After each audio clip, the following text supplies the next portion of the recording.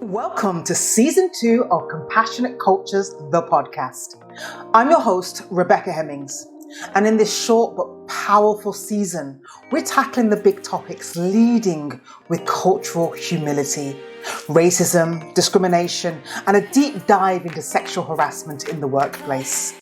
If you're a leader or HR professional who wants to create a safer, more inclusive environment, you're in the right place. Now, let's get started. Welcome to the Compassionate Cultures podcast. If you're watching this, you will see that we are not in the same location. We're actually at I am actually at the NEC Birmingham, the National Exhibition Centre, at the Health and Wellbeing show, Health and Wellbeing at Work show. So last year we were here, this time last year we were here, we had our own exhibition and I was talking. This year I'm here visiting and I'm being a collector or a curator of information, of questions. And so today my role in being here is just finding out what people are inquisitive about, but also I'm here to learn. So what this episode is about sharing that learning with you, but also sharing some of the common questions, and I will attempt to answer, I will answer the questions that I know I can answer confidently. So listen up because these are currently hot topics, all right? So stay tuned. So a question I've heard asked, and this reflects really what I know a lot of people are asking, is that, okay, our company is committed to EDI work, but we don't know where to start. So someone asked today, if you were to give your top 3 tips on where to start with EDI work, what would they be? And this is my response, okay? Firstly, I'd say it's important to know what you're talking about. Even these words, EDI, what do they mean? They mean so many different things to different people. So there has to be clarity on what we're talking about. And so that starts with an education. So I'd say to begin with, make sure that the people involved in this work are suitably educated on the basics. You don't have to go into any great detail, but what do those words mean to begin with? What does EDI mean? What does equity mean? Is it equity? Is it equality? Yeah. What is the E? Is it equity? Is it equality? It's got to be meaningful. Are we starting from the beginning by thinking about measurable impact? How are we going to measure impact? So there has to be clarity around that. And so how do you do that? Of course, I'm going to say that you can come to us, Strawberry Words, and we can provide that education. But you can also come to us and get some free education, right? So this podcast, there's lots of podcast episodes around diversity, equity, inclusion. Feel free to listen to that. There's loads of stuff out there on YouTube, on LinkedIn. There are books. It doesn't have to take forever and it doesn't have to be costly. Okay, so that's the first thing I'd say. So because what you want to be is confident and competent. Now, you can't develop confidence or competence without having the essential information, because I know that a lot of people are scared. They're scared of getting this wrong. That's often a reason why people don't start, because they don't know enough about the topic in order to make moves, right? So and don't think of this education being a one-off thing. It's got to be continuous. We come from a background or a value system of cultural humility, which speaks to this idea of dedicating yourself to lifelong learning. So don't just see the education as, right, okay, we just need to know the basics about DEI and we'll be off. You've got to continue that learning because legislation changes, language changes, concepts change. You've got to keep abreast of that. But it doesn't have to be overwhelming. Take it in incremental steps. So that's number 1. Number 2, I'd say, get help in having a facilitated conversation. So once, your team members, your ERG, your DEI working group, leadership has had that basic education, then I think it's at that point you want to bring in someone who knows what they're talking about to help facilitate thoughts about where you can go, because it is such a huge area.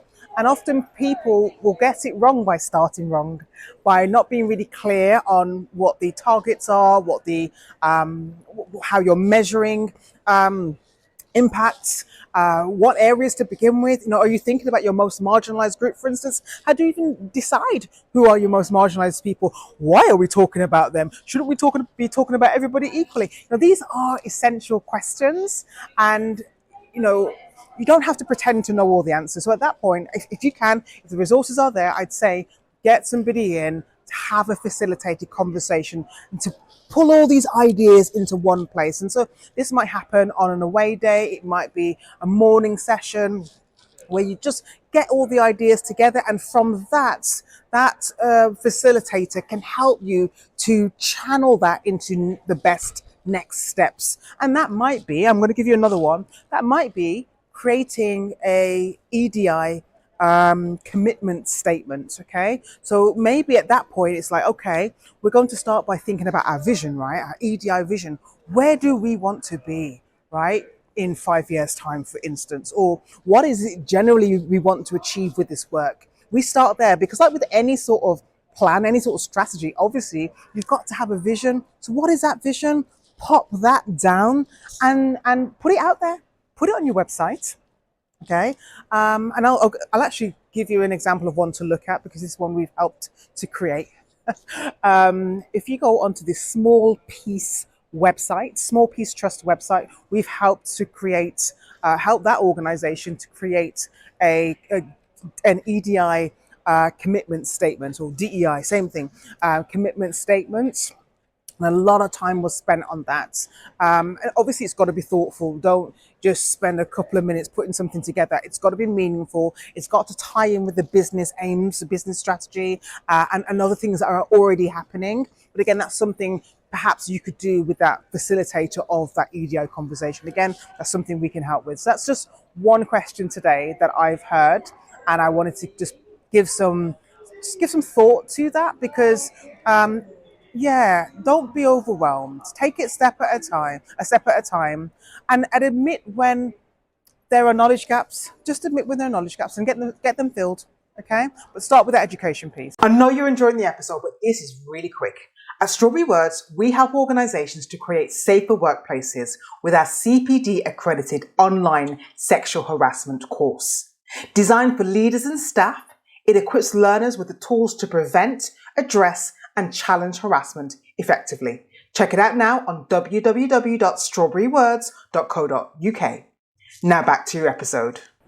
So another question I heard raised today was around the difference between the Rooney rule and positive action when thinking about recruitment. And so I'll explain if you know nothing about these things, right? So the idea is that you've got a problem with recruitment in terms of recruiting a diverse workforce. You're wanting to change that. Now, what some organizations will do is they will then think, oh my gosh, we have no, black people. We need to hire some black people. And then, as a knee-jerk reaction, they go and do something illegal like positive discrimination, like only interviewing or advertising in black areas without having done any research, without looking at what's legal. That's illegal. And also, if you're just doing it based on somebody's physical identity or their cultural identity, or their protected status, protected characteristic, how are you ensuring quality, right? And this is one of the arguments against this type of work, is that it diminishes quality.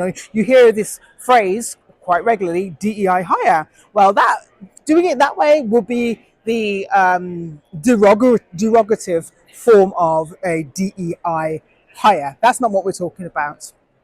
There are systems in place to ensure that you can fill gaps if you find that you have a lack of diversity. And so one of the ways in which that is done in a way that's originated in the States is to implement the Rooney rule. Now, this was a system that came into place in 2003. It was used in the NFL because they found that there weren't enough culturally diverse coaches and managers. So what they agreed to do was to ensure that whenever they were shortlisting, that there had to be at least two people who were shortlisted from a particular community in which they were looking for. And that assured that they were more likely to get someone who was qualified from that diverse group. So that's the Rooney rule. That's more of an American thing, but it is used over here. Now, if it is used over here, what you've got to ensure is that it's also, it fulfills the criteria for positive action. Now, positive action is when, as a company, you've realised, yes, there is a lack of diversity, and we're going to look at that. But you have to have the data to support that. So you've done your research, you've got the workforce data that shows that, yeah, you are lacking in a particular area. For instance, maybe you don't have any disabled people that are on your books that are working for the organisation. You don't have many culturally or racially diverse people, as an example. So there is data to support that. So what the law allows is for you then to have specific targeted strategies in place in order to attract those people. And so that then when you do have people who are shortlisted, they must be equally qualified. Again, it's not about getting people in just because of their characteristics. They have to be equally qualified. But if you were to choose between somebody who wasn't from that diverse background and somebody that was, and you had a gap for that, you are more likely to go for that person to enable that lack of diversity to be addressed. Okay, so that was just one of the questions that I heard asked today, and I know it's a common question, so I wanted to make sure I get the answer to you. Hopefully that's nice and clear, and if it isn't, feel free to leave a comment below and let me know. I thought I'll go backwards a bit and talk about why it's important, or why DEI is an important feature of health and well-being at work, because I know not some people get the connection. And that's because when people feel as though they don't belong to an organization or belong to an environment, their well-being suffers. You know, if you can imagine being somewhere where you feel as though you're not understood, you're not liked, you don't fit in, your needs aren't seen to, certainly not prioritized, it can lead to poor mental health. It can lead to you feeling despondent, disconnected, not a part of the team. There can be lots going on, intrusive cognition, constant thoughts going on in your head about, what you said and what was perceived, and,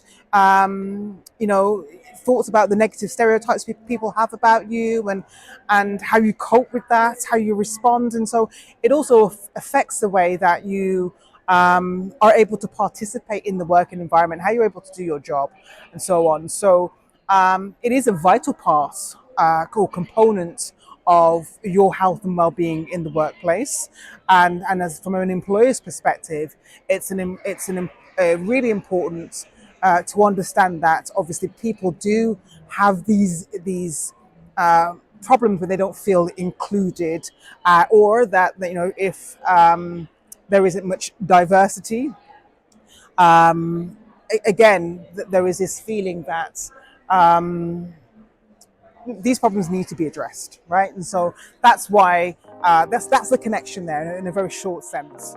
So I'm going to end the episode here, otherwise it will be super duper long, but I'm going to come back with part 2 of my trip to the Health and Wellbeing at Work show.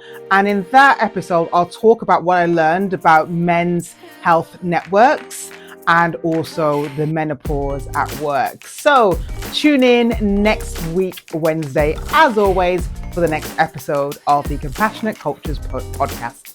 See you later. Bye.